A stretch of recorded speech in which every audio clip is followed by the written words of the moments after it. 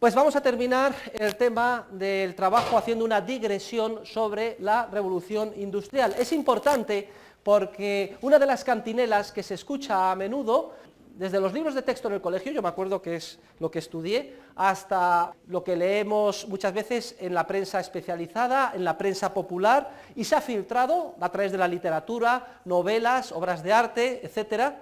Hay casos paradigmáticos, como las novelas de Charles Dickens, por ejemplo. Es la siguiente, que la revolución industrial supuso un empobrecimiento generalizado para los trabajadores y que solo gracias a la intervención del Estado y al movimiento sindical moderno, los trabajadores empezaron a experimentar un crecimiento en su nivel de vida. He puesto 3 o 4 artículos, que son los artículos revisionistas clave sobre este tema, empezando por el artículo de William Hutt, titulado El sistema de fábrica a principios del siglo XIX, que, como ustedes han podido comprobar en su lectura, demuestra sistemáticamente, con datos empíricos, que es completamente falsa la idea, la visión de que la revolución industrial supuso un empobrecimiento para la clase trabajadora. Todo lo contrario. Todas las estadísticas y los análisis más rigurosos ponen de manifiesto que a lo largo de todos los años de la revolución industrial no dejó de verificarse una mejora continua en el nivel de vida de los trabajadores, una mejora continua en la renta per cápita y también en todos los aspectos cualitativos que acompañan al desarrollo económico. Por tanto, que fue un periodo de continuo desarrollo económico que favoreció sobre todo a los que antes eran menos pudientes. La supuesta degradación física, por tanto, de los trabajadores, es un mito. No hubo tal degradación, sino una mejora muy significativa respecto de la situación previa de la que se partía. La tragedia que todos tenemos en la imagen de los niños trabajando en las fábricas y en las minas en unas condiciones absolutamente deleznables desde el punto de vista humano, desde el punto de vista moral, tampoco corresponde con la realidad, sino que, como se demuestra en el artículo de William Hutt, la realidad fue justo la contraria. Entonces, el problema que se plantea es, ¿por qué motivo se ha mantenido, y además durante un periodo de tiempo tan prolongado, casi un siglo, siglo y medio, por qué motivo se ha mantenido una idea que es contraria a la realidad fáctica de lo que en realidad sucedió? Pues básicamente Hutt, lo que pasa es que él no profundiza en su artículo, concluye que es básicamente por razones políticas, por razones ideológicas. Y para estudiar con más detalle el porqué de estas razones políticas e ideológicas es por lo que hemos incorporado el segundo artículo, el artículo de Hayek, Premio Nobel de Economía, en el año 1974, titulado Historia y Política. Bueno, Hayek parte de constatar este mito. El mito consiste en pensar que la situación de los trabajadores empeoró durante la revolución industrial, cuando la realidad histórica es justo la contraria. No dejó de mejorar, según los datos estadísticos, ninguno de los años del periodo de desarrollo industrial desde el primer tercio del siglo XIX. Entonces se plantea explicar el porqué de ese mito y analiza una serie de causas, concretamente 3. En primer lugar, un efecto de tipo casi psicológico y cultural, y es que conforme se produce un aumento del desarrollo económico y un crecimiento de la riqueza, que además se extiende y se expande en mayor o menor medida entre todos, también se produce pari passu, es decir, en paralelo, un aumento de la conciencia sobre las propias situaciones de pobreza.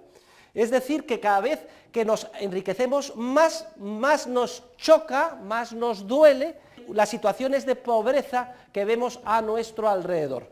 Sin embargo, como científicos, lo que tenemos que hacer es comparar cada momento histórico con las situaciones anteriores a ese momento histórico, no juzgarlo con nuestra perspectiva actual o nuestra perspectiva moderna, porque siempre con una perspectiva actual o moderna, todo lo que veamos marginalmente que es más pobre que nosotros nos llama, nos choca, de alguna forma sensibiliza mucho nuestra conciencia. Lo que tenemos que hacer es estudiar cuál era la situación previa de los trabajadores al comienzo de la revolución industrial.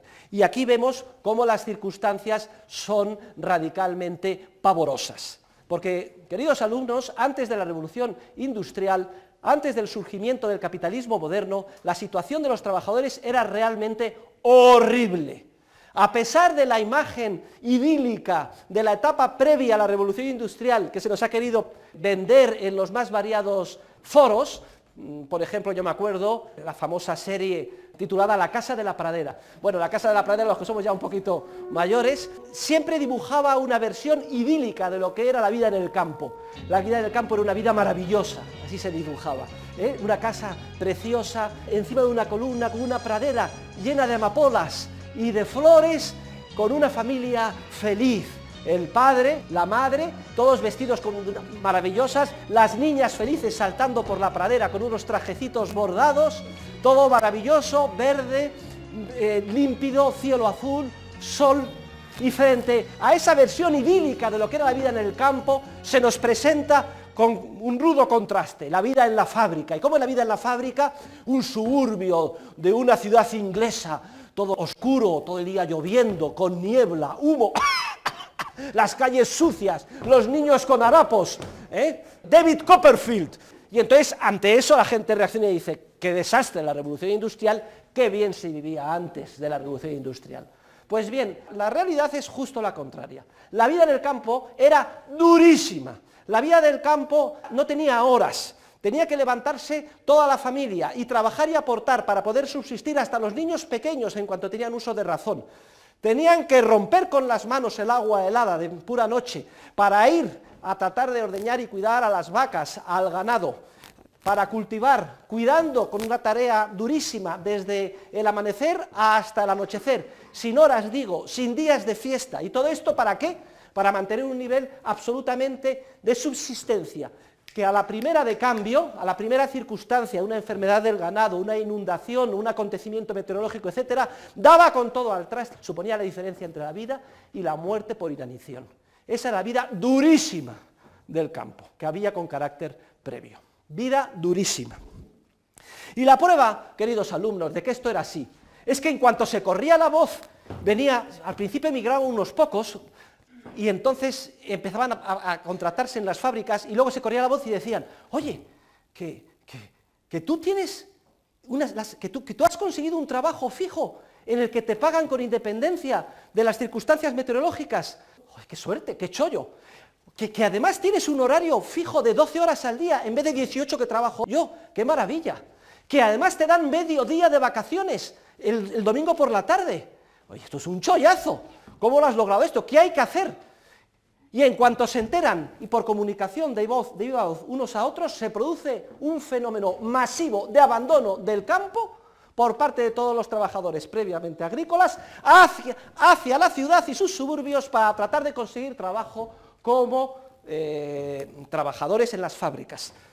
Miren, esa es la prueba del ácido, de que espontáneamente, sin ser coaccionados por nadie, masivamente la gente abandonaba el campo para irse a trabajar a las tan denostadas fábricas, que desde el punto de vista de ellos, y de acuerdo con todos los estudios históricos, mejoraban y muy sensiblemente en su nivel de vida al hacer eso. Lo que pasa es que desde la perspectiva de hoy, y de aquellos con personas refinadas, generalmente además burgueses, con un nivel de vida alto, leer una novela de Charles Dickens a todos nos mueve o nos sensibiliza el corazón.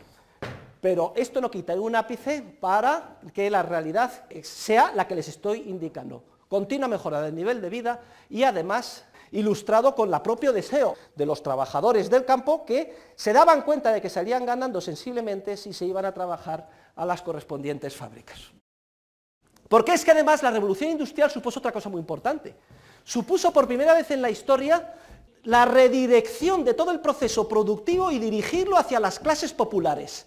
Hasta la revolución industrial, los pocos artesanos industriales que había se dedicaban nada más a producir productos de lujo para los muy pudientes, para los aristócratas, desde carrozas hasta esos vestidos que hemos visto espectaculares, todos llenos de puñetas y bordados en oro, zapatos con tacones. Todo esto cambia radicalmente. Con el capitalismo, los empresarios y los burgueses se dan cuenta que tienen que producir bienes y servicios a precios muy bajos y precisamente para los trabajadores. Yo les voy a hacer una pregunta aquí. Por favor, pónganse de pie todos los que hoy llevan puesto unos vaqueros. Por ejemplo, usted, venga, todos los que llevan puestos unos vaqueros. A ver, ¿quién lleva unos vaqueros puestos? Pónganse de pie. Fíjense, más de la mitad de la clase. Vaqueros, más de la mitad de la clase. Muchas gracias, pueden sentarse. ¿Saben ustedes cuándo se inventan los vaqueros? Los vaqueros, como prenda de vestir, no se inventaron por un empresario para vestir a los aristócratas y terratenientes, sino que fue una idea genial, una prenda cómoda de algodón, de mucho tute, que además se podía producir masivamente miles y miles de piezas con economías de escala a un precio muy reducido y ponerlo a disposición de los que antes eran millones y millones de harapientos, hasta el punto de que hoy acabamos de comprobar en la clase que la mitad de los alumnos seguimos viniendo con unos vaqueros.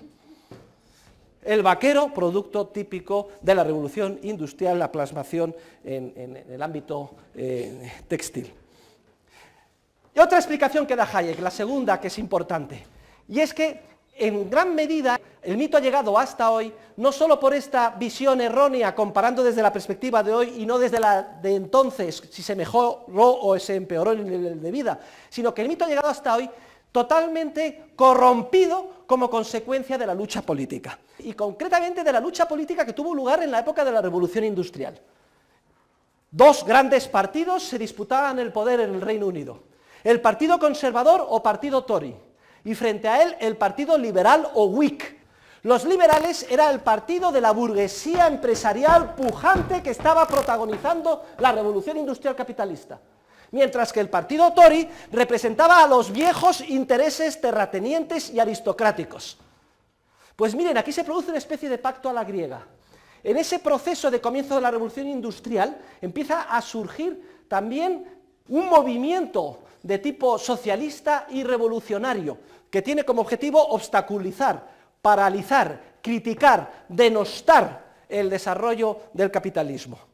Y aquí se dan de la mano aristócratas y socialistas, porque, queridos alumnos, los aristócratas, los terratenientes, los nobles ingleses, veían aterrorizados cómo su situación de predominio empezaba cada vez a estar más amenazada. Veían cómo les abandonaban sus tierras sus trabajadores.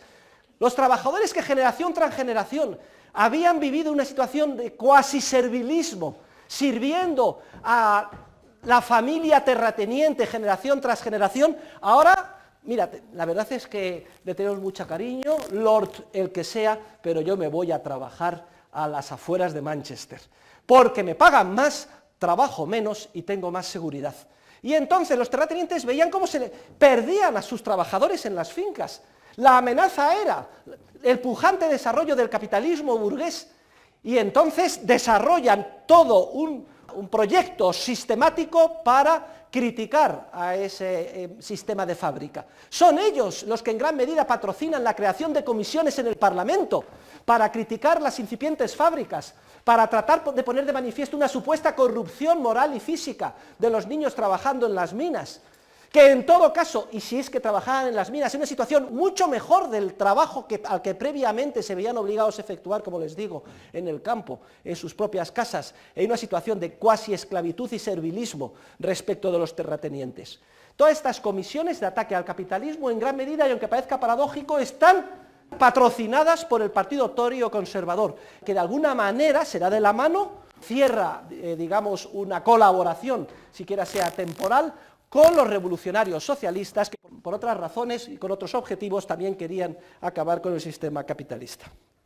Y en tercer lugar, la tercera razón que menciona Hayek para explicar este mito está también toda la labor de Zappa de la supuesta progresía intelectual de izquierdas, que sistemáticamente interpreta los hechos de manera parcial, siempre en contra del sistema económico capitalista. No me voy a extender aquí más.